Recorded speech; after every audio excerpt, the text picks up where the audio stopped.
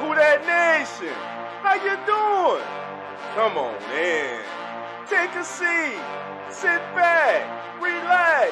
Put your feet up. Grab a drink.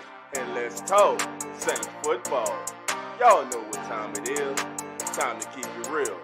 Let's go.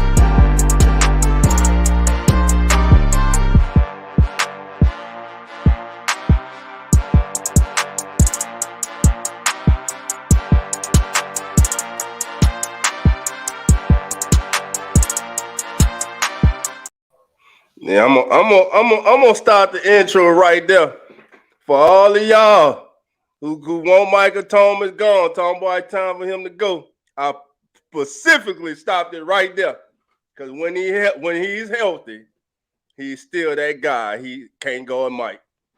And all y'all who want him gone, when he leaves and goes to Atlanta and comes back and stick it up your behind twice a year, I don't want no hating. I don't want to hear no crying. Well, y'all see who's in the house. We got the one and only good friend of the show, family member, the one and only Mr. Bob Rose. Bob, how you doing? I'm real good. I hope you're doing well. Been a little while since we talked, so I hope you and your family had a great holiday season. We did, and likewise to you and your family, sir. Hopefully you're not snowed in again. No, we're okay. Right now we got about an inch of snow on the ground up here. I think 20-degree wind chill, typical late January evening. Got you. But we're gonna have some fun tonight. We go on, coach. You know the family. Family go come in, ask their questions and everything. Elite Goods, how you doing? Come on in. Miss Barbara Williams, how you doing? Come on in. What up, dog? You should have listened to me about that. I hear you, Barbara. I hear you. I just want to go to the parade. But anyway, good evening, Miss Barbara. All right, number one Saint fan, come on in. All right, family be coming in. Well, Bob, let's get to the breaking news of the day right now. As former, we knew he was leaving. I mean, this really ain't no surprise, but a lot of people act like they're surprised that the man left. We knew this man was leaving. Ryan Nielsen is not a defensive coordinator. Falcons defensive coordinator Dean Pease just informed. No, sir. We ain't talking about Dean Pease. We're not talking about the one and only Mr. Ryan Nielsen, who is now went to Atlanta. How big of a loss is this for the Saints, Bob? Oh man, it's huge. I'm a big fan of Ryan Nielsen. I love this whole defensive coaching staff, and that's the price of success. When you have a successful unit, whether it's offense or defense, and your coaches start to grab attention around the league, you're bound to lose some. And the Saints kind of left themselves out there twisting in the wind when Dennis Allen named Ryan Nielsen and Chris Richard co-defensive coordinators last year. Right. I know why he did it. Both men deserved the title, but what happened was when other teams came a calling, and remember Chris Richard has had interviews, a couple different interviews too, Minnesota and Carolina to date, I believe. But Ryan Nielsen has done such a magnificent job with the defensive line, over the last few seasons, since really 2017 when he was promoted into that role. Right. You look at, and I know everybody wants to point to the disappointment of the defensive tackles this year. I get that. I know they want to point to the disappointing production of Marcus Davenport. I get that too. But Ryan Nielsen helped Cam Jordan continue to play at a very high level. He helped develop previously unheard guys, like Tano Passanio last year, and Contavious Street had a pretty solid year this year. Undrafted college guys, Shai Tuttle, Carl Granderson, they have flourished under Nielsen's coaching and in this New Orleans system for very good reasons. Ryan Nielsen was a hot coaching candidate. I wish he wouldn't have gone to a divisional rival. But yeah, I congratulate him on his promotion. And Barbara, I see your question, and this pertains to it too. I think now the Saints and Dennis Allen have to do everything within their power to retain Chris Richard. I just got done saying that they left themselves twisted in the wind by assigning co-defensive coordinators to Nielsen and Richard, and that allowed a team like the Falcons to swoop in. Usually you can't offer an NFL assistant what's called a lateral move, which in this case would have been defensive coordinator to defensive coordinator, without supplying some kind of compensation, and asking for permission to interview him and all this stuff. But since Nielsen was a co-defensive coordinator, this really wasn't a lateral move. It was looked at as a promotion. So the very first thing that Dennis Allen and Mickey Loomis need to do is go to Chris Richard, name him the sole defensive coordinator, and then throw another title at him like associate head coach. What that does, that'll increase his pay rate too, but that will force the hand of other teams, Carolina, Minnesota, whoever else might be interested in Chris, to then perhaps provide compensation, or the New Orleans Saints get compensatory picks, in the following year's draft if Richard goes somewhere. But they need to. I know Dennis Allen is the defensive play caller. I get that, and whether we agree with that or not, that's Allen's style. But they need to do whatever they can to keep Richard in the building. Okay, so I thought that if a coach was under contract, that they had to get permission from the Saints to talk to their coordinator. So did the Falcons get permission from the Saints to speak to Nielsen? They were granted permission, yes. And that's the thing in these situations. You still have to ask the employed team, in this case, the New Orleans Saints, for permission to speak to him. But since it wasn't a lateral move, then the Saints won't have to receive any kind of compensation from Atlanta for Ryan Nielsen moving over there. All they needed to do was grant permission. So for the Saints, for the Saints to grant permission to the Falcons, the old teams, they must have felt like Nielsen was about to leave anyway. Maybe he was going to resign. Maybe he wasn't. Maybe him and Richard, they're not cool with the co-defensive coordinator titles that they have. I'm sure that one of them wants to run the defense. And my thing is, as you stated, DA will continue to call the plays. So if you're Chris Richard, you've been successful in Seattle. He had some good defenses in Dallas when he was the play caller and the architect of the defense. Do you even want to stay and come up with the game plan every week, put it together, and go out there and have Dennis Allen call the play? Does he even want to do that? To me, I think his credentials are too high for that, man. And you know what? You bring up a great point. These coaches have egos just like the players do. Right. And when you look at who Richard has interviewed with, which is Carolina, who just hired Frank Reich, an offensive guy, as head coach. Minnesota, who has O'Connell up there, an offensive head coach. Meanwhile, New Orleans has a defensive head coach, a guy who remained in charge of the defense last year. So, yeah, if you're Richard, if you're Ryan Nielsen, I think I would be feeling my oats a little bit and wanting to go somewhere where I'm going to have a little bit more control over the say-so on what happens in game day situations. So, yeah, I think that's absolutely a factor. As far as New Orleans granting permission, for these coaches to talk to other teams, that's more or less a sign of respect to your guy.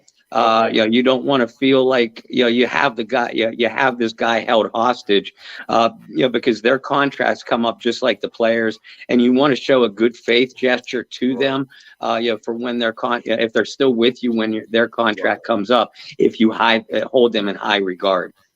But why the Falcons though? You can tell one team, no, it'd be the Falcons, but that's just me. I mean, okay, so my thing is this. I think this is just me personal. Ain't nobody reported. I ain't see it on Twitter with no blue check that's not official or anything like that. I think Chris Richard is leaving too.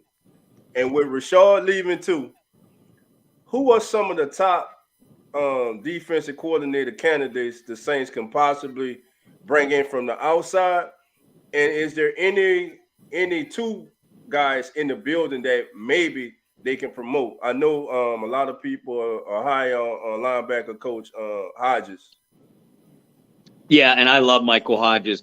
I think if Richard leaves, and I agree with you, I think there's a pretty good chance of that happening. I think if Richard leaves, you have to immediately promote Michael Hodges, who I'm a big fan of, to the defensive coordinator spot. Another name to watch is Corey Robinson, the secondary coach for the New Orleans Saints. He's the assistant secondary coach, because that's Richard's area of expertise. So basically Corey Robinson was in charge of the safety unit, which did struggle this past year, but he's a young guy that has respect throughout the league. As a matter of fact, Robinson is going to get an opportunity to be the secondaries coach on the American team at the Senior Bowl here in a couple of weeks. So he's going to get a little bit of a look at a promotional role. The Saints, obviously with Dennis Allen, Pete Carmichael, they've showed us that they want to keep promotions and keep coaching jobs from within. So if Richard leaves, I think Hodges or Robinson are going to get a shot at that defensive coordinator job, and then they'll probably scour the market a little bit, to bring in some young guys, maybe some college guys, to coach different positions, because they're going to need a defensive line coach. They need a linebackers coach if they promote Hodges. They'll need a secondaries coach, or at least somebody to assist in the secondary if they promote Robinson, if and when Richard leaves. So what came to my mind was looking at the Senior Bowl. We have Robinson's there coaching. You also have the QB's coach. Oh my God! And I know it just Ronald Curry. Ronald Curry. Thank you. You have Ronald Curry there. To me, this week, like you said, is a job interview for those guys. And I'm really interested to see how Ronald Curry's offense looks. What kind of offense he's going to put on the field for the Senior Bowl. I know it's the Senior Bowl, it's an all-star game, but we still can get some type of idea of what this man's philosophy is, and how he may want to attack opposing defenses. We're joined by my co-host, the one and only Coach Rock. Welcome to the show, Coach. What's going on, guys? I just wanted to drop in and just say hello to everybody. I'm just coming from one of my daughter's volleyball game, and I got another one to go pick up from basketball in a little while. So, all right. I just wanted to drop in and welcome our guests and just say hello and everything, man. Well, thank you, Coach, and best of luck to your basketball player, your volleyball player. I was a volleyball player in high school and in college, so that's a sport that's near and dear to my heart. What position does she play? She's a setter. So was I. Okay. It's quarterback of the volleyball court. Yeah. Yes, sir. You got any questions for Bob, Coach, before you get out of here? Nah, man. I'm gonna listen if I got anything. I'm just chiming in and listening right now. I don't know, man. I'm just right now, like, I don't know which way to go with the Saints. It's a team that seems like it's lackadaisical. I just been kind of probing the NFL, and I see the playoff teams and all these other teams are making moves for us. They're staffing and have a direction where they're going to go in 2023. And all we saw the Saints was do get rid of the tight ends coach. He took the blame for what happened with the offense, and now everything else is just stagnant. Like, we just sitting there waiting, like, well, what are you gonna do next? And you see all these teams kind of lining up. Even the teams that lost in the playoffs are making moves as far as their coaching staff, releasing coaches, looking to make better moves. And this team totally underachieved. And it's like, okay, so the tight ends coach got the blame for it. So that's it. And we just sitting there with no direction, like just nothing, man. It just is mind-boggling right now. Yeah, it's almost like this. This franchise is in a state of dismantle. It's almost like they're dismantling the franchise right now. I mean, with the decision Dennis Allen made with the co-defensive coordinators, he possibly has cost himself two very respected coaches, very good coaches, and they're going to move on. Now you're going to have to go out. You're going to have to try to get someone to come in who, by the way, doesn't mind, as I stated earlier, sitting down the whole week, coming up with the game plan, installing the game plan, and on Sunday standing there and letting you call the plays. So you're gonna have to find somebody who doesn't mind doing that. And again, my thing is Ronald Curry. I've been on high on Ronald Curry since last season. To me, I thought Ronald Curry should have been promoted to offensive coordinator. And my thing was why are they begging Pete Carmichael if you don't want it? You got a young star in Curry who is respected around the league. Everybody's calling him a young star. And again, this Senior Bowl, it's a job interview for everybody. Oh yeah, everybody's going there. They're networking. You know what you was about to say, Coach? I'm sorry. No, I'm on the same page with you, man. With Curry, but another one I love to see come back to the NFL is McConkey to Georgia OC. I would love to see him come back into the NFL with the New Orleans Saints and with like a Herndon Hooker. If we can get something like that with him, oh my God. Bob, what's your thoughts on first? Like Coach just stated on Herndon Hooker, and next after Hooker, Will Levis, because Jeff Allen has been to like 3 or 4 Kentucky games, scouting this kid, so we know the Saints love him. Yeah, we do know the Saints love him, but yeah, Levis is going to be a top 10 pick, maybe even top 5. So you're going to have a whole lot of work to do just to get in the range to possibly select Levis. I think a more realistic option would be Herndon Hooker, which, by the way, guys, I'd absolutely love in the Saints offense. With that offensive line, if healthy in front of him, Kamara coming out of the backfield, Jawan Johnson, Rashid Shaheed, Chris Olave, that's the makings of a very good unit. Forget the fact that I know the detractors will say, well, Hooker's too old. He's 25. Guys, I'm 50 years old. I would literally sell my soul 10 times over to be 25 again. I'm not worried about Hooker's age. You have guys playing until they're 38, 40 years old now, sometimes older. If you can get 10, 12 good seasons out of a 25-year-old Hooker, I would take it in a heartbeat. And remember, and this is I love Ronald Curry too, and I agree with you about this being a job interview for him at the Senior Bowl. I'm real interested to see how he's going to handle that. But another young guy that I love on this offensive staff is Cody Burns, the wide receivers coach. Yeah. He did a wonderful job with Olave, a spectacular job with Rashid Shaheed. And guess what, guys? You know where he came from? University of Tennessee. Exactly where Mr. Hooker has played.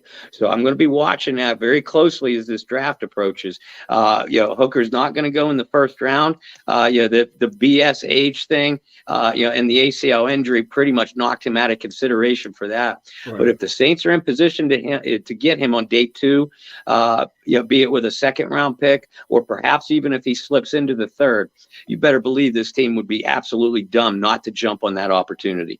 Yeah. Well, I see earlier this week he was added to the Senior Bowl roster, though he won't play in the game. So I don't know if that's just teams want to interview him and talk to him. That's what it is. Get a feel from him. I didn't think he'll be doing anything in the practice sessions or anything. If he was, I'm like, he made a very speedy recovery. But then so pro days coming. Well, we had last night. I don't know if you saw last night's show, but we had conflicting feelings about the young man who right now is the census #1 pick coming out next year, if he comes out, in Caleb Williams? Do you see Caleb Williams as a franchise quarterback, or do you see him as a maybe, let's see, a player who is I guess some people say, I even heard some people say he's kind of reckless the way that he plays. What's your thoughts on Caleb? He is reckless, but it's recklessness that comes out of aggression. And when I coached a couple different sports, my philosophy always was, you know what, I'm not going to get in your face if you make a mistake going 100 miles an hour. I'm just going to sit you down and try to correct it. The only time I'm going to get in your face is because of laziness or stupidity. And I do see that aggressiveness out of Caleb Williams, but I also see inexperience.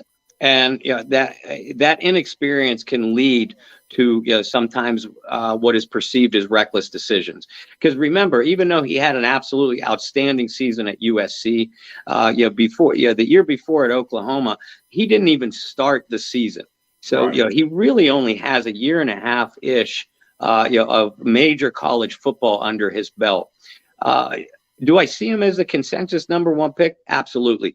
Absolutely, I do, because of the ceiling. He has such a high ceiling, but he's going to, if it were today, and I realize he has another year of ball at USC, but if it were today, I don't see him as a plug and play guy like Burrow, like Trevor Lawrence, like some of those other guys that have come out recently. He's more of a guy you want to sit and try to season for about, sit and learn for about a half year, maybe even his full rookie year. That's as it stands right now. Now, at this time next year, he would have had another 4 year of college football under his belt. But remember, Spencer Rattler, the guy he replaced at Oklahoma, coming into last year, Spencer Rattler, everybody was saying was going to be the next great thing, the next consensus #1 overall pick. Well, we see what happened with that. And we've seen it happen with other guys. So Caleb, to me, though he has such a tremendously high ceiling, and I understand why guys are so high on him, he's going to have to show a better pocket presence in my eye. He's going to have to show a better tendency to read defenses more consistently, and he'll have another year to do that. At this point, he's trending in the right direction. At this point, do I think he's a consensus #1 overall value? Yes, but he's still extremely raw. So if I could just jump in right quick, just to hear your opinion, Bob. I hear everybody talk about Caleb in USC and Rattler, but I never hear anybody say anything about the kid in Baton Rouge. What I think my biggest thing with him, with me, I see he needs to put on some weight, possibly. Yeah. But other than that, I think he can be a franchise quarterback. Yeah, I see that potential out of him. I only watched a little bit of his ball, and again, just like Caleb, he's very inexperienced, very raw. He's an extremely good athlete. I would like to see him clean up his mechanics a little bit. Okay. And Caleb with that too. And guys, you both know that comes with experience. As long as you get good coaching, I think he'll get that with Brian Kelly down at LSU. I think Caleb will get that. With Lincoln Riley out at USC. But the key is when NFL teams draft guys with a high ceiling, but are still extremely raw. When those guys fail, it's because of lack of coaching at the NFL level. So that's going to be just as key as what their development is in college is going to be. NFL teams are looking for these athletic guys now that can run these RPO plays just as easily as they can throw for 280, 300 yards and 30 touchdowns a year. Both of these quarterbacks at LSU and USC, they have that potential.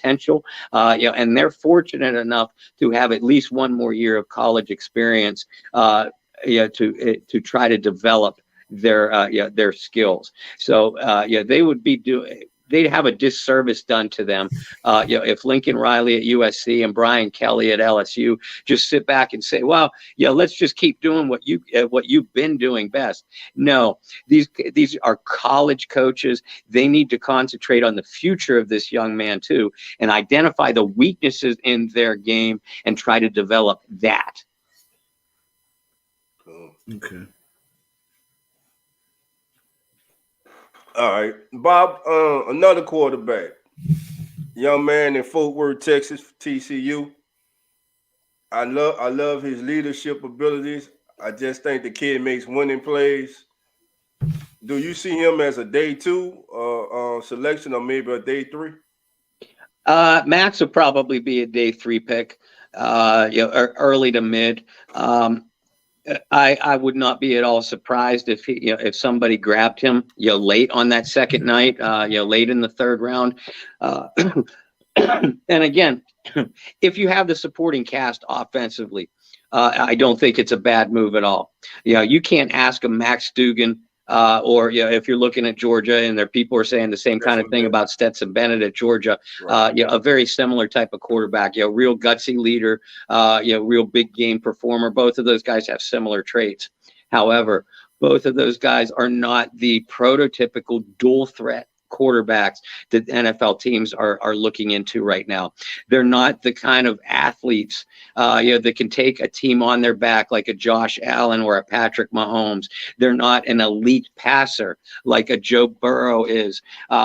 So with those guys, you're getting high intangibles, which is great, but you better have a great supporting cast around them too. I think either one of those guys, Max or Stetson, can be extremely successful in the right system. Where they'll have the term system quarterback thrown down on them. Which frankly, guys, I hate. Because a system quarterback means that you put me in. And I have the potential to lead this team to the playoffs or beyond, because I know how to run your system. I know how to get the ball to your playmakers. And that's what Stetson and Max both had a tendency to do throughout their collegiate careers. Are they day 1 picks? Day 1 picks, no.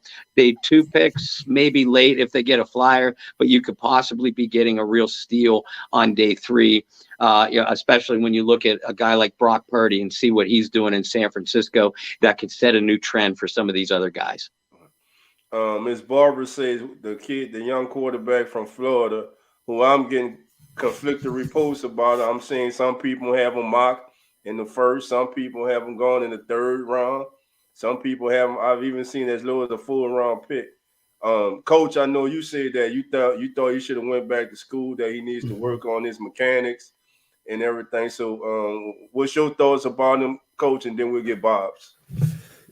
I mean, basically what we talked about, I think he should have went back to kind of work on his mechanics. But then sometimes too, you can go to a system if you have the right coaching around you, the right OC, that kind of takes what the intangibles you have and work with it and just make it work sometime. Try to fit in what's the best thing for him. What is he good at doing? And let's build this around him. Basically what you saw what the Baltimore Ravens did with Lamar. They built everything around Lamar, his intangibles. So, I mean, it's just going to the right place, dealing with the right people. Doing the right people. Okay. And again, so Nielsen is gone. For everybody who doesn't know, Ryan Nielsen is now the defensive coordinator for the hated Atlanta Falcons. He is not the first Saint to do it. Joe Hahn did it. Didn't like him. Bobby Abel did it. Didn't like him. Morton Anderson did it. Didn't like him. I don't like Ryan Nielsen right now because he's a Falcon. I don't care what he did when he thank you for everything you did when you were here, but I hope you fail miserably in Atlanta, which normally happens to good coaches. So we will see. Look at Dan Quinn. He done bounced back in Dallas. He could have had any job if he wanted in Indy, but he decided to come back. Now, the reason he decided to come back, Dan Quinn, hush, is the next head coach of the Dallas Cowboys. I'm telling y'all, that's the rumor going around that, hey, when McCarthy is gone, Dan Quinn could be the man stepping in. All right. Depending on the whereabouts of some guy named Sean Payton, I think you could be absolutely correct. So, Bob, let me ask you this, just to hear your opinion. Let's just go all the way back to Reggie Bush, and me and Dolph had this discussion. So when Reggie Bush came out of USC, Reggie Bush was more of a what I call like a toy. You put him out in space to get advantages on linebackers and all that. So his first year he came into the Saints. They kind of used him like that. Saints went to the NFC Championship game, lost to the Bears. He had a great year. And as the years progressed, they moved him to an every down back, which he never was, because if you go to USC, Lindell White was the every down back. Mm-hmm. And he was, so the Saints eventually moved him to that. So let's fast forward. They did that. When they drafted Alvin Kamara, which I think was the same as Reggie Bush, his first year, he was used in space. Now here we fast forward. They're trying to squeeze him into this every down back, which he's not. And there was a press conference that Dennis Allen did, and it was asking why is he not in on third downs.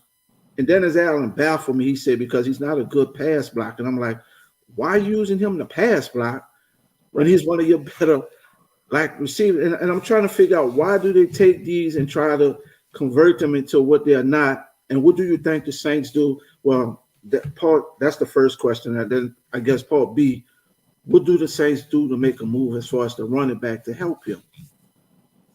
Yeah, I'll tell you, running back is a major need for this team this offseason. And it's a running back with the skills to complement Alvin Kamara. Mm-hmm. What made Kamara so good? Mark Ingram. And then after Ingram departed, Latavius Murray, because they had that between the tackles guy. Right. They didn't have to push Kamara up the middle and between the tackles 15, 20, 25 times a game, because that's not his style. He's proven he could do it, but all Kamara is between the tackles. He's an above average back. Right. You put Kamara in space, you get him off tackle, you run him out of the backfield on pass patterns, you line him out in the slot or out wide. That's when he becomes an elite weapon. That's what made Reggie Bush an elite weapon. And the failures of the offensive coaches and Dennis Allen also, because Dennis DA is in charge of it all on game day. That's where I give them a grade F for the year, is because of the way they used Alvin Kamara and weapons like him. There are going to be plenty of running backs available in free agency. I know the Saints have their typical salary cap problems, but we also know Mickey Loomis. We also know this much about Mickey Loomis. If the Saints want a guy, Mickey will figure out the finances. So, I would not be surprised to see them bring in a young veteran, with complementary skills to Kamara. And by that, I mean a guy that can pass block on third downs, a guy that will pick up the tough yards between the tackles, so that way you don't have to wear down Kamara that way. They can also address the position in the draft. Now, you don't want to say over and over again, they can address quarterback in the draft. They can address defensive tackle in the draft, safety in the draft, running back, because you only have so many draft picks, right? So they're going to have to do some of this in free agency. Running back is a position that if they do it wisely, they can do so rather cheap. Probably not on the first day or two of free agency, because that's when all those big bucks get thrown around. But wait and see what running backs are left once you get towards the end of that first week of free agency. Then start pursuing guys like that. That's where they have done Alvin Kamara a serious disservice to not only his skills, but his really the longevity of his remaining career. By doing him the way that they have, not only this year, but that was the major complaint I had about Sean Payton last year too. We saw this last year, even with Sean Payton still in charge. So this isn't a 1 year thing, but it's something they got to turn around. I mean, it's football 101. You let your best players do the things that they do best, and that's where the Saints have failed Kamara and a couple of these other players, over the last 2 or 3 years, really. Okay. So and really what you want to use free agency for is to fill your needs. Yes. That way when you go in the draft, you can take the best player available a player that you really coveted. The Saints definitely need to sign at least 2 veteran defensive tackles in free agency. I'm not going so big as everybody get caught up on names. I just want 2 guys to come in here who can keep Demario Davis, Pete Werner, and Caden Ellis clean, so they can make plays all over the field. Because this season, I mean, it was like 3-4 yards. Put the offensive defense line was getting pushed down the field, and I believe it was you, Bob, or your co-host. I was watching the other day, and one of you said that a lot of us thought Demario Davis didn't have a typical Demario Davis season, and that was the reason why.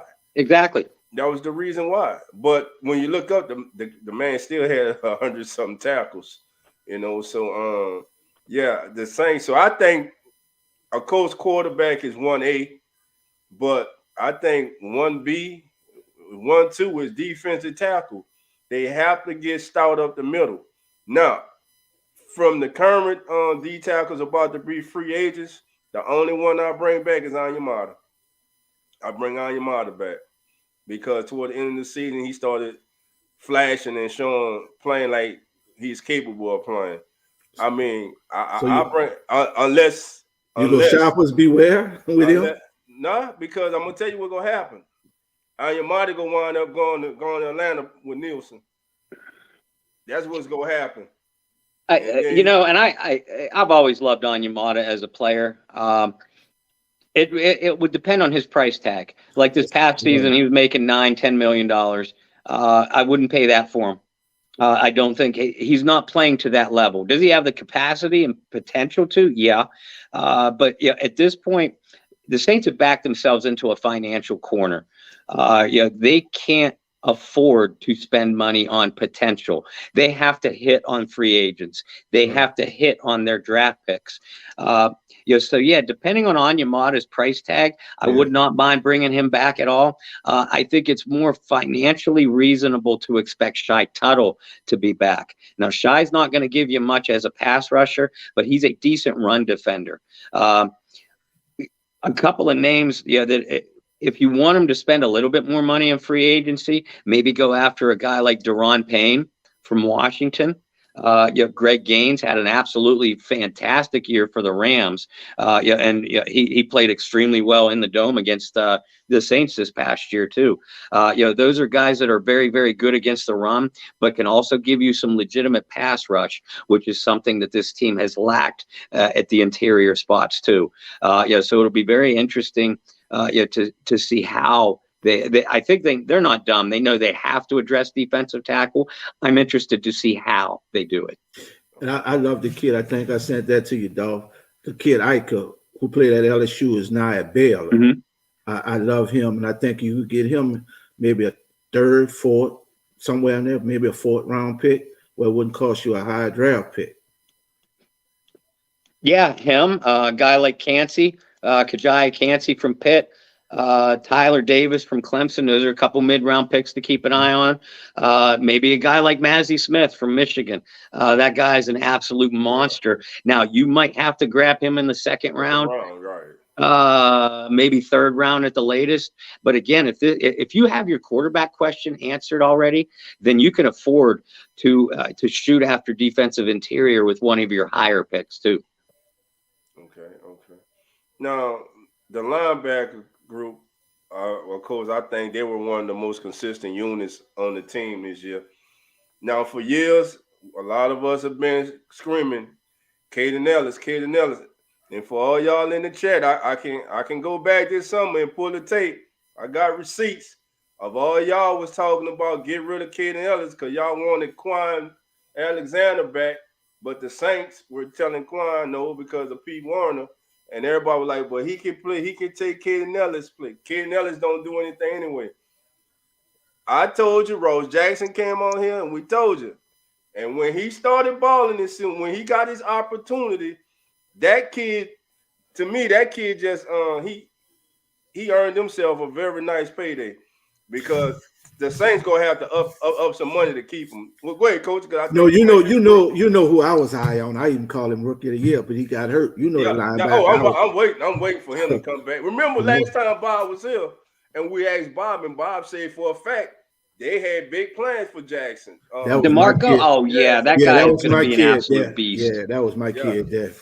So man, look, we get him back.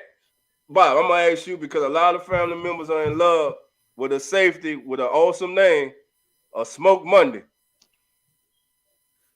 What would a healthy Smoke Monday possibly bring to the Saints? A lot of straightforward speed and helmet rattling hits. Smoke Monday is a football player, and these defensive coaches, they loved him during preseason. John Hendrix at Saints News Network, he was at training camp pretty much every single day, and he talked about the kind of impact that Smoke made. He has Monday has the athleticism to play in deep coverage, the range, but he's awful aggressive. So that's going to be taken advantage of until he manages to channel that aggression. Right. But I'll tell you, as a run defender inside the box, he is a difference maker. And I fully expect Smoke Monday, if that knee is healthy, I fully expect Smoke Monday to make a serious run at a roster spot, with legitimate and significant playing time in 2023. Do we sign P.J. Williams to his normal 1-year contract? Man, he's a king of 1 year, man. But I think PJ is man, PJ has turned himself into a good football player, in my opinion. At the right you know what? He has. And it was a discredit to the coaching staff for misusing PJ early in his career. Correct, they kept trying to put him as outside cornerback, and that is the last place that you want to see PJ Williams. PJ turned his career around, like you all said, by that tweener role. Yeah, he could play the slot. He's extremely good in off-ball coverage in the slot. He could fill in at either safety spot. He's a good blitzer. He's a little undersized, but a solid in the box tackler. I would not be at all opposed to bringing back PJ on his PJ contract. Right, Coach PJ contracts. They don't hurt the Saints. I mean, they're normally around 2, 3, 4 million, something like that. I mean, he just do it 1 year, I'm gonna sneak out. I'm gonna sneak out. I gotta go with my daughter. All right, man. Bob, nice talking to you, man. You too, Coach. Thank you. Good night. Okay. Have a good night, Coach. I'll talk to you later, big brother. All right, Coach Rock there, fam. All right. What's your thoughts? Would the Saints even consider moving Marshawn Lattimore? Move as in a trade? Yes. Sure. And I only say sure because most teams listen to every offer that comes down their way. Right. The average fan has no idea what kind of numbers, offers, negotiations are being thrown around during the season, of course, but especially in the off season. Will Marshawn Lattimore ultimately get traded? I doubt it, because shut down corners, especially with the elite skill level that Marshawn has, they're not a dime a dozen. I mean, they're such a rarity. And I know Alontae Taylor had such a great rookie year. I'm still high on Paulson Adebo, even though he was up and down, during his second year. But you come at every bona fide, all the top offenses have receiving cores that can legitimately go 3 and 4 deep at you. Right. So you have to oppose that with legitimate coverages. And I'd say if you're running at offenses with Marshawn, Alontae, and Adebo, you got yourself a pretty good trio of quarterbacks there. Oh, got you. Yeah, yes, exactly. My feeling is the same. And did they use Tyron wrong to start the season? Were they using him correctly to start the season? Yes and no. You're talking Tyrann Mathieu? Yeah, yes. Yeah. Yeah, yes and no. I would have liked to see. I expected to see him in slot coverage more than we did, especially after they traded Gardner Johnson. um, they instead decided that they wanted to use Matthew in a free safety role, a more traditional deep safety. I thought that they were going to do that with Marcus May. They instead put May in the box. Now, May is a great run stopper in the box, but he is not as good in slot coverage as Tyrann Mathieu is. And I think both safeties were massive disappointments in 2022. Matthew played better down the stretch. Right. And he himself even said he had a better feel for the defense. He was more comfortable in the scheme. So if that's true, then we should see a better Tyrann Mathieu in 2023. Right. We're being joined on, aka the scientist. You're on with me and Mr. Breauxs. How you doing today? I'm doing very well, family. Nice. Thank you for having me on the show. Hello, No Mr. Rose. I'm doing good. Thank you for coming on. I hope you're doing well. Yes, sir. I'm a big fan of. I'm subscribed to like your podcast and stuff that I see you with the young man. I see y'all doing y'all show. So very good work over there. Thank you very much. I appreciate that. We're doing our best to put out an entertaining product. Doing great. That's you one of my. Y'all want to know? Bob's one of my sources. I got a source, y'all, right there. Bob, Yes, Bob, sir. John Hendrix, Ross Jackson.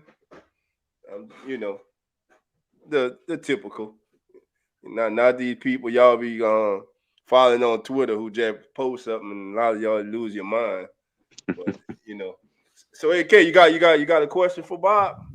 Yes, sir. I'm not too sure if y'all answered this already, but Mr. Rose, how likely is it that the Saints try to replace Andrews Pete this offseason?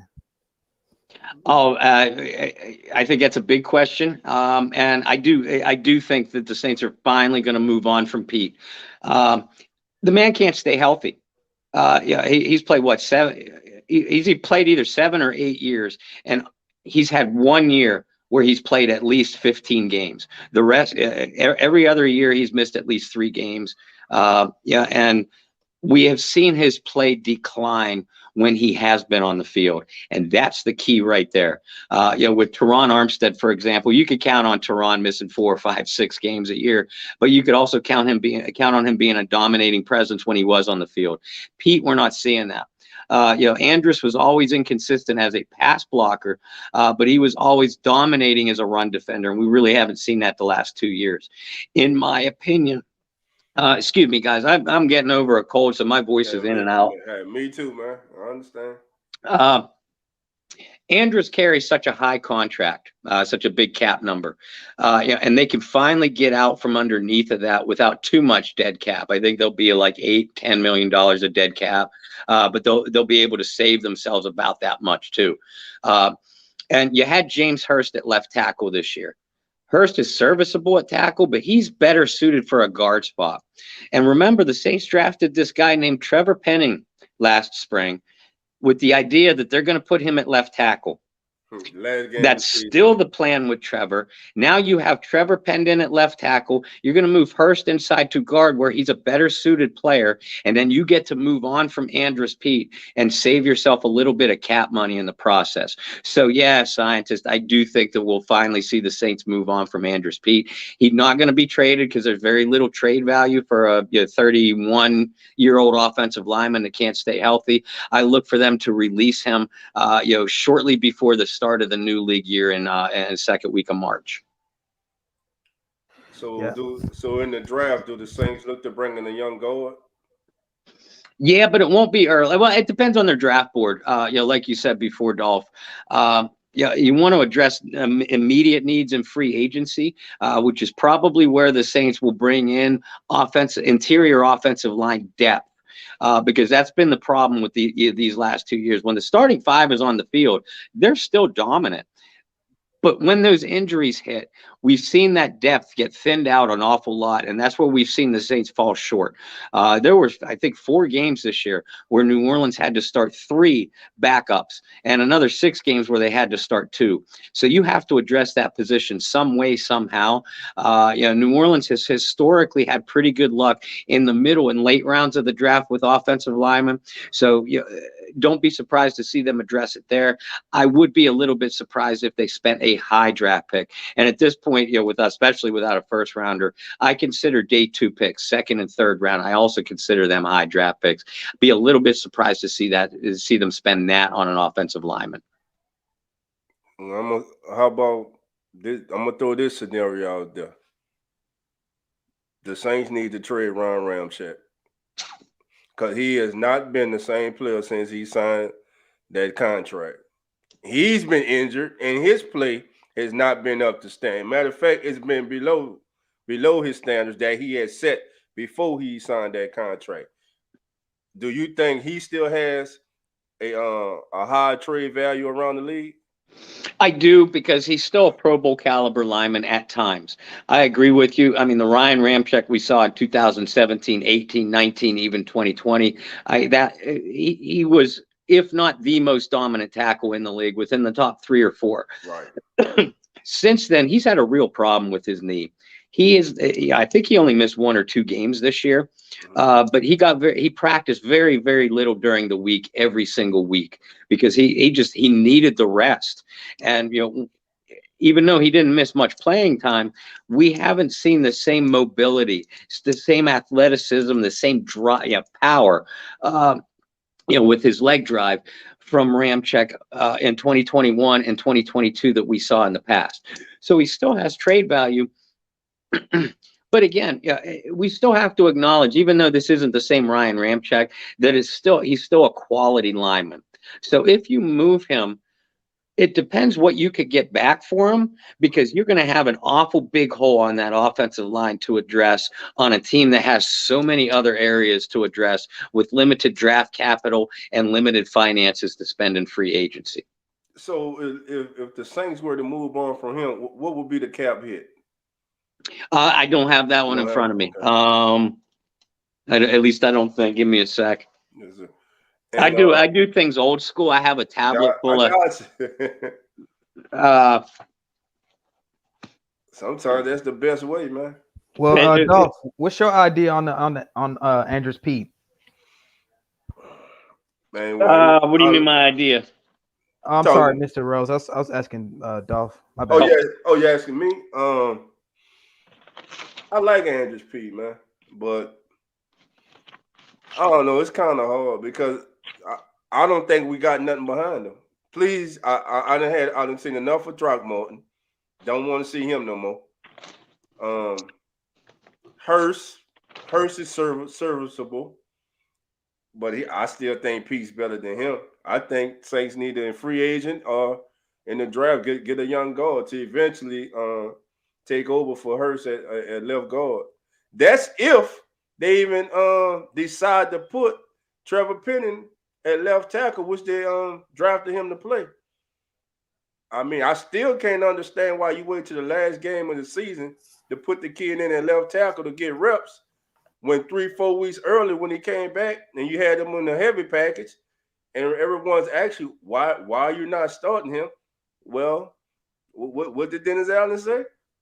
We don't want to give him too much on his plate. All he's doing is being an extra tight end on the field, and doing what he's best at, mauling people. I mean, come on, man. He needed all the reps he can get, and I just think they dropped the ball on that, man. I think they hurt their kid's growth. I think he should have been starting the last 4 games of the regular season.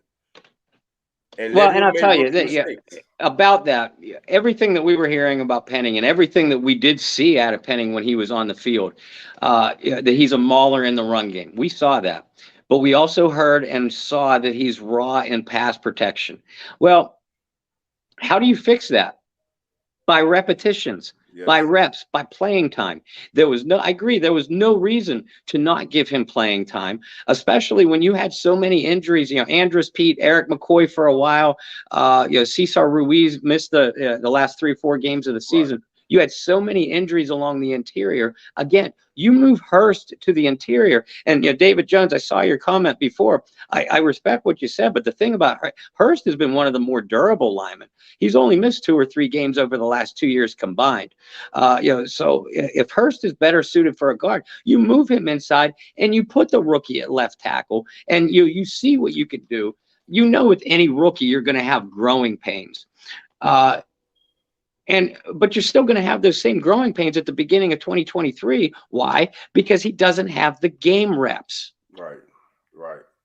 And as far as Andrus Peat, if they were to release him, they'd save $11.8 million in cap savings, but they'd also take $10.4 million of dead cap money. So that about evens itself out. So in Ramczak's case, if you trade him, you save yourself $14 million, assuming you can get another team to pick up most of that contract, which would be part of the trade negotiation. You'd get a $7.4 million cap hit in 2023, but an $18.5 million cap hit in 2024. You see these kind of numbers because guys like Ramczyk, Onyemata before that, Cam Jordan, so many other players. You keep hearing people talk about Mickey Loomis keeps kicking the can down the road. Every time they restructure a contract, that's what happens. It converts certain things into signing bonuses that they can push down the road for future years.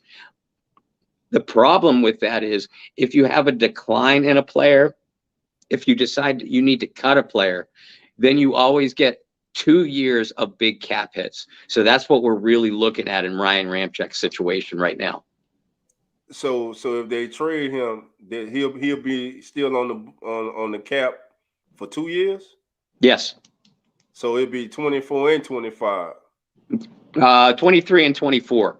About 8 million or so in 23, and almost over 18 million in 24. Now they can restructure that deal just like they did with Michael Thomas. And if they decide to move on from Ramczyk, in a trade situation, they would probably do exactly that before they pulled that trigger. Could they get a 2nd round pick for Ramczyk? They could. Right now. Yeah, they could. I mean, the kid is still 28 years old. Yeah. That knee has to be. He has to clear medicals. That's going to be the big thing with him. But other than that, he's still young. He has a couple of Pro Bowls under his belt. He's still highly respected throughout the league. So yeah, you could get a second, maybe as late as a 3rd round pick for a guy like Ramczyk. Bob, I've come to the assumption the Saints are in a full rebuild, and they don't know it. This team is in a rebuild. The coaching staff is in disarray. You don't have a quarterback. He's alienated his quarterbacks.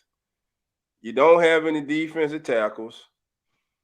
Right now, we don't know if you're going to get picks this year or next year for Sean Payton. We're still waiting on that ball to drop, maybe the next week or two, or maybe over the weekend if he's still in Arizona. But that's Saints are rebuilding, family. Saints are rebuilding. Right before our eyes. We're in a full rebuild. They don't want to come out and say it, but look at the way this team is moving. Everybody's making moves. It's almost like they don't know what they want to do. I'm not seeing any. We as fans, we look around, you see other teams making moves. And like Coach said, even teams that were in the playoff as recent as last week, they're making moves with coaching staff, with players. Why aren't the Saints making moves? Listen, if you're going to get rid of Michael Thomas or whatever, man, it hurts because as a Saints fan, gone through all those years of losing and finally feeling, for y'all who only have witnessed the Drew Brees era, I applaud you. you were in the twilight zone, because the original Saint fans like myself and a lot of you here, we remember week after week after week. It wasn't if the Saints were going to win. It was how much were they going to lose by and how bad were they going to look. So when and I know I'm rambling right now because, man, it hurts me because I kind of see this team taking a step back. And I can't understand it when you have the same management in charge. I understand it was Sean Payton that much of an influence and importance in the building till now that a franchise over the last 2 decades that was looked up as a model franchise is now being gutted by division rivals. Really, you're becoming a laughing stock, man. We're almost going back to being a laughing stock, man, and it hurts.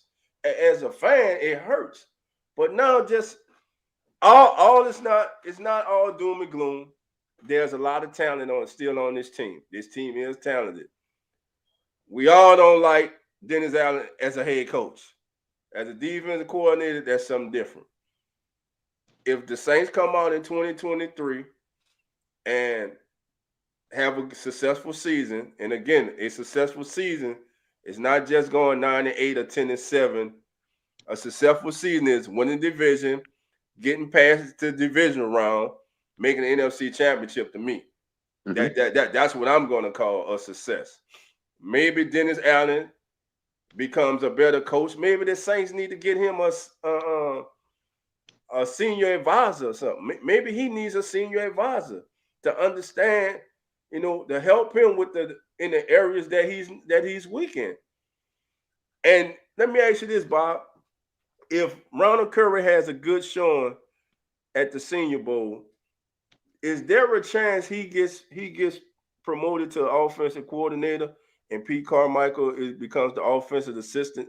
Because I remember rumors that was kind of what Pete wanted. Like he wanted to be like in the background as like an offensive assistant. Would that be something reasonable or possible, you think? Sure, it's possible. And you're right. People do forget that last year, Pete Carmichael didn't even want an interview for the head coaching job after Sean Payton resigned.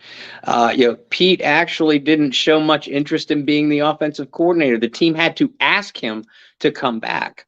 So remember also at the end of this year, the only thing that Mickey Loomis and Dennis Allen said was that they were not moving on from Pete Carmichael. Right. Now, everybody took that to mean that Pete was going to be the offensive coordinator again.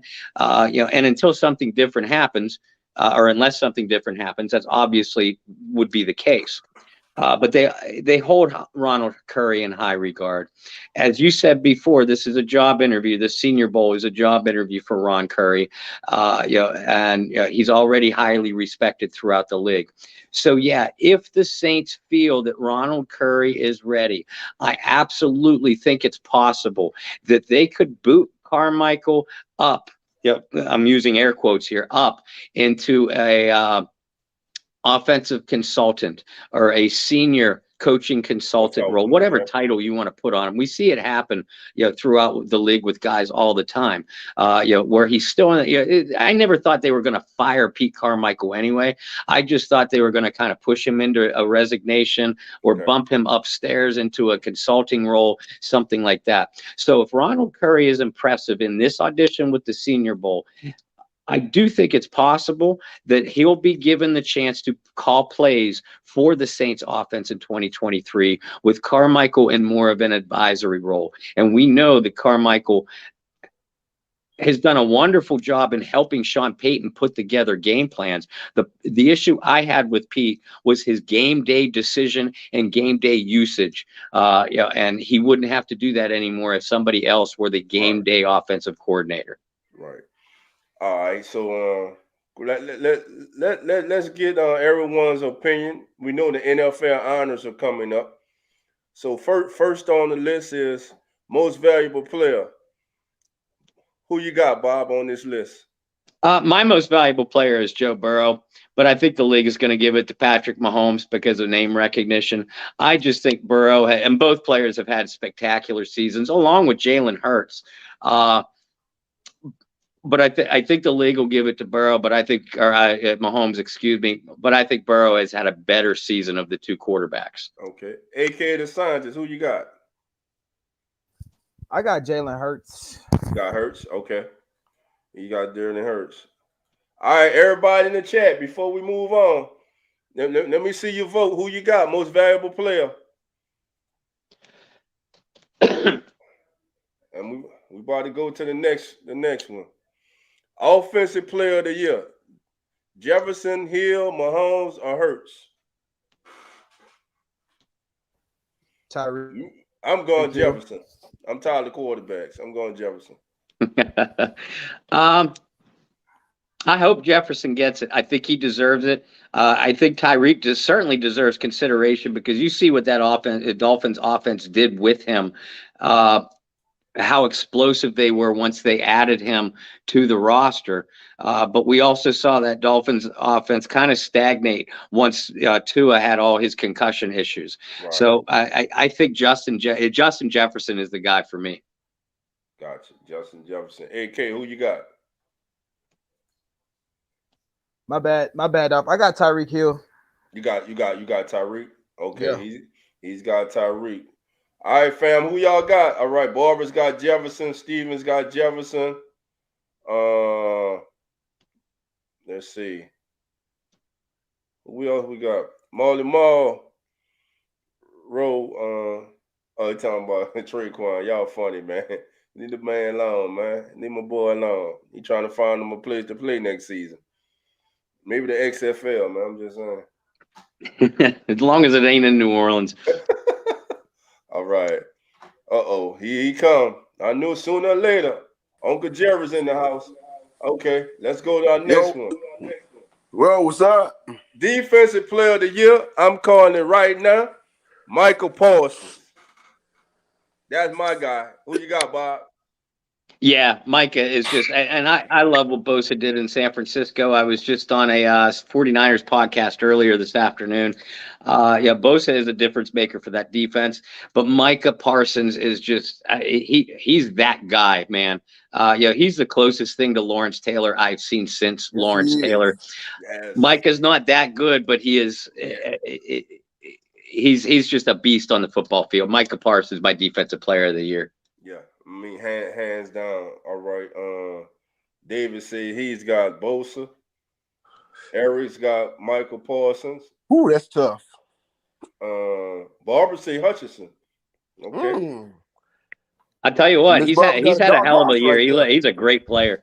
I don't see my guy on the list, but I'll take Sauce Gardner over all them. Yeah. How you doing this evening, Mr. Bob Rose? I'm good, Jerry. How you doing, man? I am doing great, sir. Good to see you, my brother.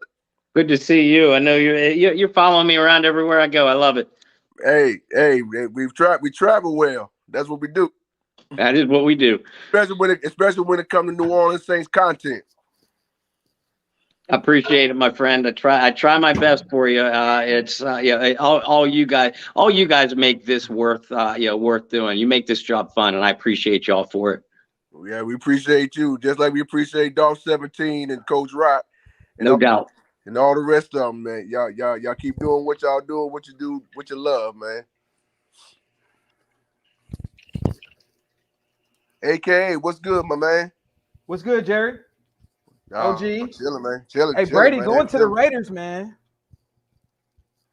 Seriously? I think, you know what? If Brady plays, and I think he will, I think it's happening. I think he's in Vegas with McDaniels. See, tell him, Mr. Rose. Tell him. That's where he need to go. He need to go to the house and stay home. Good. But you know how the media is, Mr. Bob Rose. I do. Every time you turn around, just like last year, Brady was going to officially retire for 40 days, and then next thing you know, 40 days later, he decided to come back. I'm like, oh, Lord. I told all you guys the day he announced it that I expected him to come back. Man, and that's when I thought the NFC South was going to be wide open. if Brady officially retired, but you got to understand, Mr. Bob Rose, the dude's about what, 45 right now? Yep, he'll be 46 by the time next season kicks off. He need to go into the house, bruh. He does, but I'll tell you what. He talking about he want to play until he's 50. I said, ain't no way. Somebody's always going to be willing to sign him until. And I'll tell you what, I think that Tom Brady looked better than Aaron Rodgers did this past season.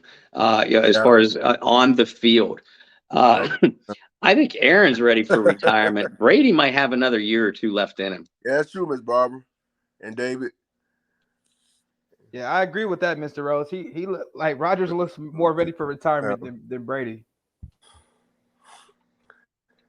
Yeah, but that's why the wife and the kids moved on from him, because that man loved to play. You talking about football more important than family. You said, bruh, you just want to come back so you can win another Super Bowl, which that did not happen. I tell you what, I think it is for Tom at this point. Cause, I mean, he has more rings than anybody, obviously, and it's not even close. I think Tom honestly wants to put all those passing records that he had to play extra seasons just to pass Drew Brees. Now that he did, he wants to put them out of reach for anybody else, because and Mahomes, Allen, Burrow, all those guys, they're still young guys, right? The odds are against them playing as long as they have to play. They would have to play to pass up Brady, and it's all. I mean, it's all about ego, guys, and not just Brady. I mean, every human being has it. I just think Brady wants to play long enough to put those records completely out of realistic reach. Okay, Marlon Mall right here say, ask Mr. Rose what he thinks is fair trade value for Peyton. Hold on, let's finish this list first. Let's finish these honors first. We'll get to it in a little bit, Molly. Let's get back to this list right here. Okay, I'm looking at D'Amico Ryans. I'm looking at Shane. What's that? Stinson, is that right, Bob? It is. All right, and Ben Johnson. I got D'Amico. Yeah, I got D'Amico. I mean, that San Francisco 49er defense is just unbelievable. Yes. Oh, okay. Yeah, I like him. Offensive Rookie of the Year.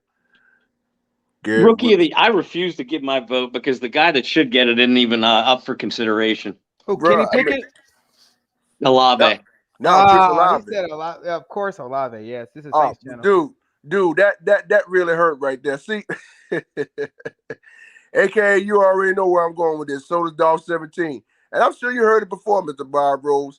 Every time the Saints do something good, they always get snubbed like at the last 2 or 3 weeks. Yep. And that, they just like to have the big foot.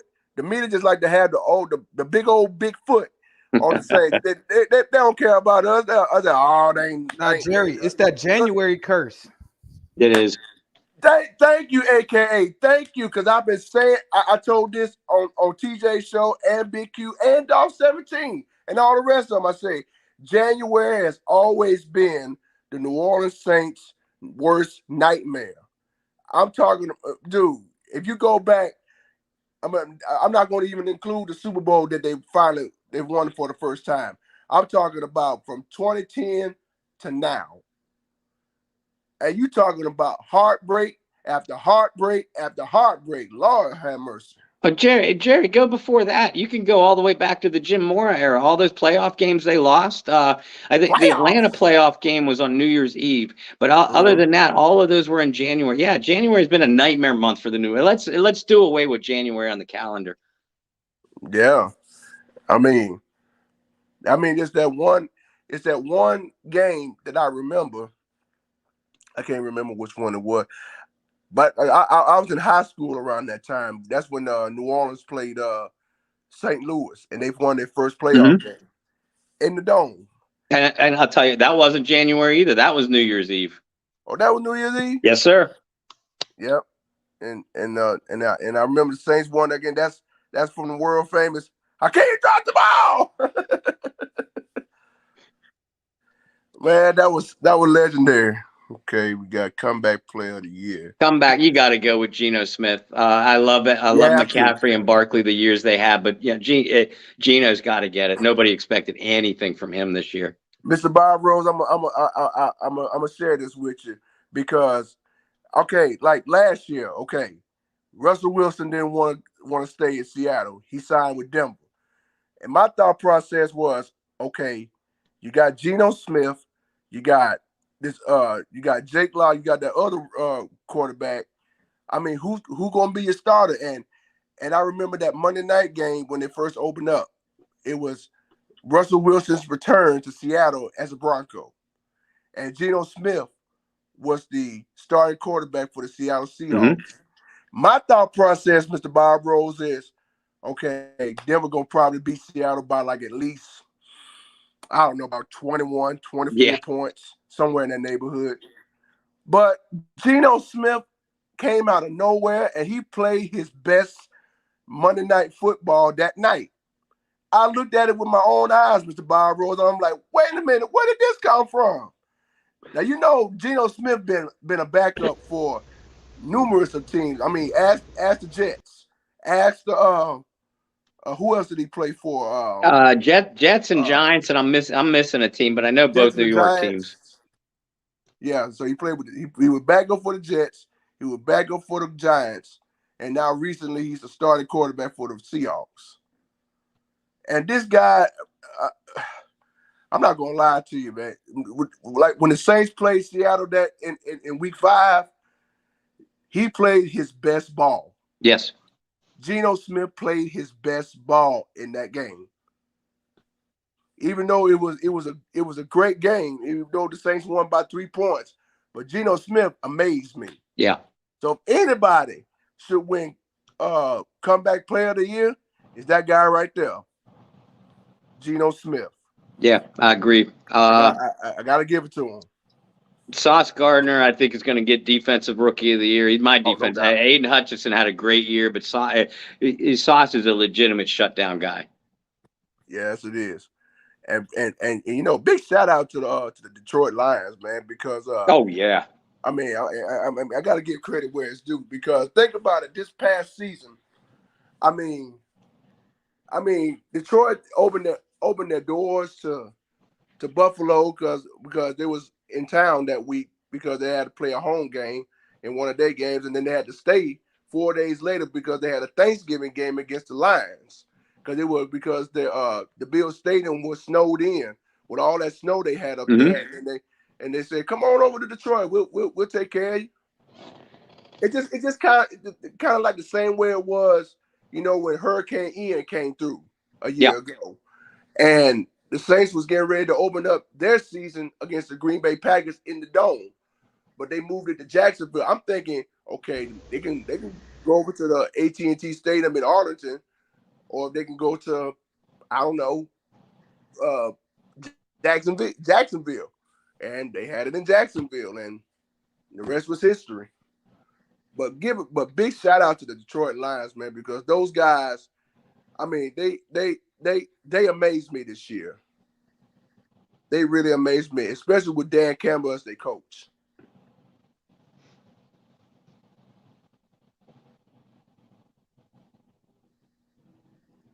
Dolph, you still there? Dolph, your mic muted. Okay, there we go. Okay, there we go. I'm back. Me and Bob and AKA was having it enough. It just so Bob, let me ask you this: Saquon Barkley is free this season. Should will he be a fit in New Orleans? Could he be that since Elvin is going to be suspended for at least 8 games? Who were you asking about? I'm sorry, Dolph. Saquon Barkley. Could he be a great fit? Yeah, absolutely. But that's one of those big money backs that if the Giants don't ink him early on or franchise tag him, he's going to get loads of money. I don't think New Orleans is looking to pay that for a back. Even as good a fit as Saquon Barkley or some of those other guys, Josh Jacobs is going to be out there too, among others. I can't see. Well, I'm going to rephrase because I'll throw out a little bit. If the Saints trade Alvin Kamara, which I do not take off the table, I don't see it. then in that scenario, you absolutely are going to see New Orleans go after a high price back like a Saquon Barkley, and every down back that they could use inside the tackles as a pass receiver that does not come off the field in any situation. And Alvin, even with that suspension looming, Alvin has some trade value. I'm not saying it's going to happen, I'm not even predicting it, but I'm not ruling it out. Okay. I agree with you. I mean, I agree with Mr. Bob Rose about that, because to my knowledge, Mr. Bob Rose and Dolph 17 and AK, if they decide to suspend AK, which I still don't see, I mean, you have to get a running back out the free agency, or draft a running back out the draft. Because I think they let him off the hook last year and let him play up the whole season. Yeah. So all right. hey, Bob, they might let him off the hook again this year. We don't know yet.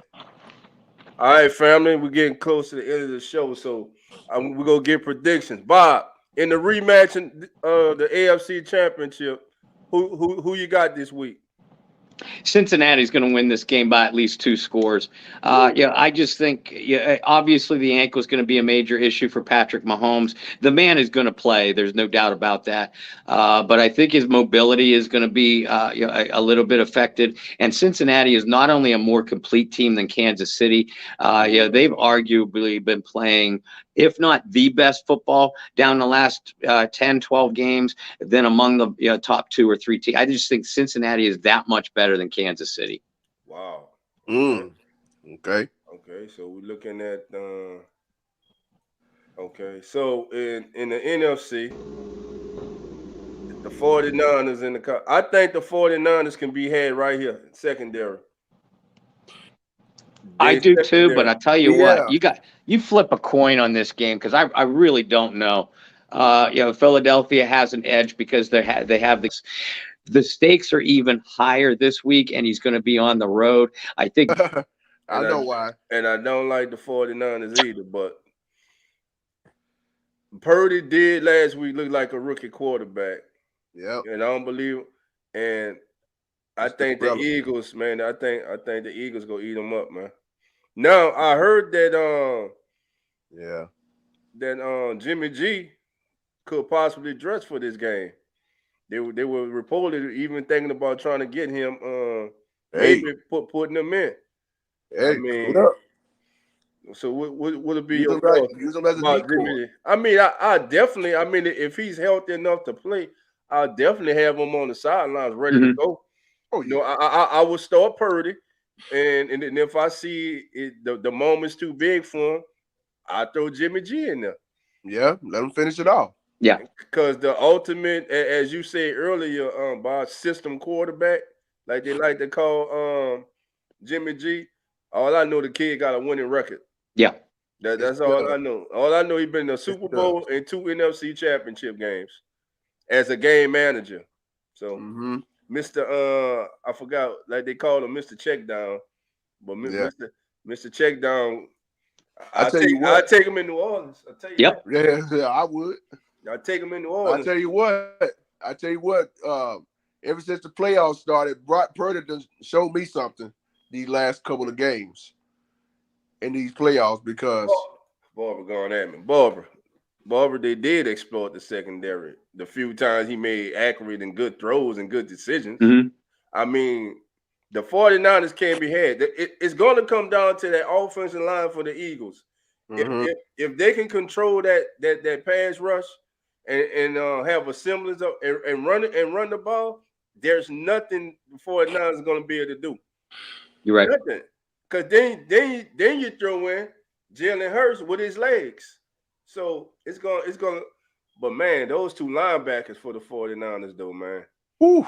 Warner and what? Greenwood. Greenlaw, yeah. I'll tell you, Miles Sanders and Jalen Hurts are going to struggle to make plays with their legs because of those 49er linebackers. But Hurts has improved so much as a passer, and I think that's what's going to be the difference in this game. Yeah, he Hey, has. hey, dog 17. Yes, sir. Mr. Bob Rose. I was looking at that number 29 of the 49ers. I forgot what his name is. The running back, Mitchell. He played a corner. I think he's a corner or safety or something. For the Number 29 of the 49ers Sunday. Because when he come out shooting out with that speed, he kind of remind me of a young Troy Polamalu. Oh, you talking about the kid that picked off Dak? Yeah. The one that was almost about to sack Prescott. Right. You're talking the safety, Hufanga. Safety or cornerback. He's number 29 of the San Francisco 49ers. Dude, when I saw that, I was like, oh man, that dude got that speed. He got that speed like Polamalu. That was a horrible throw, man. He didn't do nothing really special. That was just a horrible throw. I mean, Sorensen he was coming out. Could have picked that off. Yeah. I mean, the dude, but you saw that feet when he was. You're right. Listen, you got the number one offense going up against the number one defense. Well, one of the top offenses. It's going to be like a chess match. That game. Listen, the 4 best teams are playing Sunday. They are Final 4, hands down. These have been the 4 best teams all season. Once again, Buffalo got exposed. I don't know what it is that they're missing. It's something. Maybe it's coaching. I don't know. There's something they're missing in Buffalo.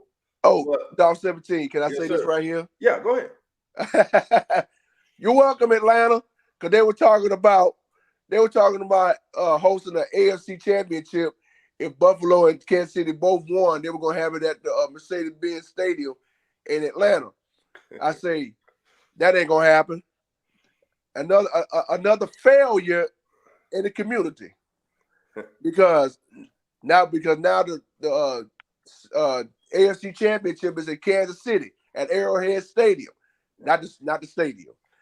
You know the one that the one that the Falcons stole from us. Right. Look, Bob, I want to thank you once again, my friend, for coming on and spending time, man. I appreciate you. And you know, man, I appreciate the advice, everything that you give me, man. Taking time out, man. It's a special dude, man. That's all I'm saying, man. And when you able to meet good people, man, and listen, again, man, just thank you, man. You're always any questions I have, you there to answer, man. So I just want to thank you. Thank you for coming on. Interacting with the family, man. We really enjoy you, man. Of course, your family. And we all are subscribed to Bayou Blitz. If you're not, go ahead and subscribe. Bob, let them know, Bob. Let them know the platform. Dolph, first of all, thank you. The pleasure is mine for joining you.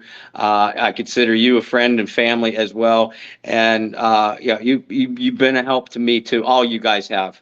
You make doing this as a job pleasurable even after such a rough season. But folks, you can follow me on Facebook, Bob Rose. Pretty simple. I'm on Twitter at BobbyR2613, and I do follow back. Check out our show, The Bayou Blitz. We go live every Wednesday night at 9 p.m. Eastern Time, 8 Central. You could also subscribe to the Bayou Blitz channel or go to Bayou Blitz Facebook page at Bayou Blitz Pod on Twitter, and view all of our past shows as well. Dolph, Brandon and I are gonna get you on at some point. Once this off-season mess settles down a little bit, we're gonna have all loads of great guests. And make sure you check out my articles too through the Saints News Network and at Saints News over on Twitter. Yes, sir. Yes, sir. Definitely doing that right now. And I saw someone comment on the helmets. Got this one autographed by Mr. Quinn Early, including the football card here. Got an autographed jersey from Mr. Jim Everett. Got friends Delvin Bro, Deuce McAllister, Devery Henderson, Sammy Knight, all signed football cards. Lights out, Sammy Knight. Sammy Knight. He got it made to say, Dolph 17. Yes, sir. Lights out, Sammy Knight, man. This helmet here has 43 autographs from the 2015 New Orleans Saints training camp in Greenbrier. Wow. And I got a couple footballs down below that you can't see. They're off camera. This was harder in memorabilia, but some of these guys doing this for a living, I've worked up legitimate friendships with some of these guys, and I'll tell you where they're going. We're going to have a couple of them on the Bayou Blitz. Have already. They are such great guys. Again, you guys following, these former players too. It means a lot to them. Trust me when I say, they love coming on shows like this, and just chatting football. It's not all about reminiscing about their career. They still pay. This is a Who Dat family. And all the former players, all these guys that I have met, and worked up a relationship with, even the ones that don't live in the New Orleans area, they speak so highly of their playing time and career in New Orleans, and they have such great gratitude towards you guys, the fans. So that's something to take away too. Yes, sir. Yes, sir. That's great to know. And to all former players, you are welcome on the Keeping It Real Who That Sports podcast anytime you want. There you go. Unless your name is Toy Cook. Oh, I've had him. He's a good guy. He's a good guy, but he just was toast on the field. I like you, Toy. We went to 49ers, you started talking. But when you had that black and gold on, you weren't doing a lot of talking. Oh man. I'm just saying. Yeah. You was great. You was a great player because you was in the NFL. I wasn't, so right. But Dolph, Jerry, aka all you guys in the chat, thank you guys so much. This old man's getting tired though. I'm going to jump off. Hey, we about to end the show, man. I'm getting tired too. Yes, sir. I'm gonna say this one time for Mr. Bob Rose before we leave. Go ahead. Saints fans and Who Dats from all over the world. It's time for the Bayou Blitz, y'all. With Mr. Bob Rose and Kyle T. Mosley and Brandon Bolin. Love it.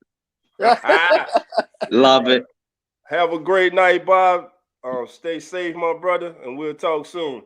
You too, my friend. God bless you all. Thank you. God bless you too. Same to you, my friend.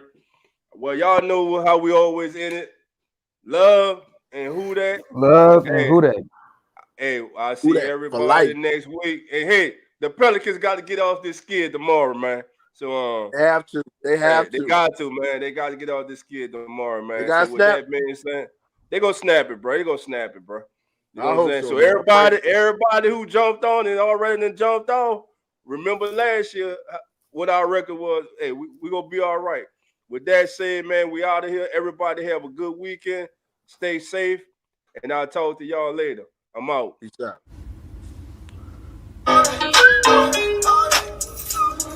Keeping It Real Who That Sports Pod, legendary Coach Rod, Dog 17. Let's rock. Who that? Boss kick, black and gold. Let's go. First and goal from the one. Best believe we go punch. Punching in, get them punch. With them Saints, watch us march. Down the field, down your throat. Keeping it real, Who That Sports. Breaking news, interviews, open lines just for you. Call in, join in, Pale Nation, just win. B.I., Mount Zion, Coach Green, oh my, CJ, JV, Trick or Trade, Jose. Keep it real, baby. Keep it real, baby. Keep it real, baby. Keep it real, baby.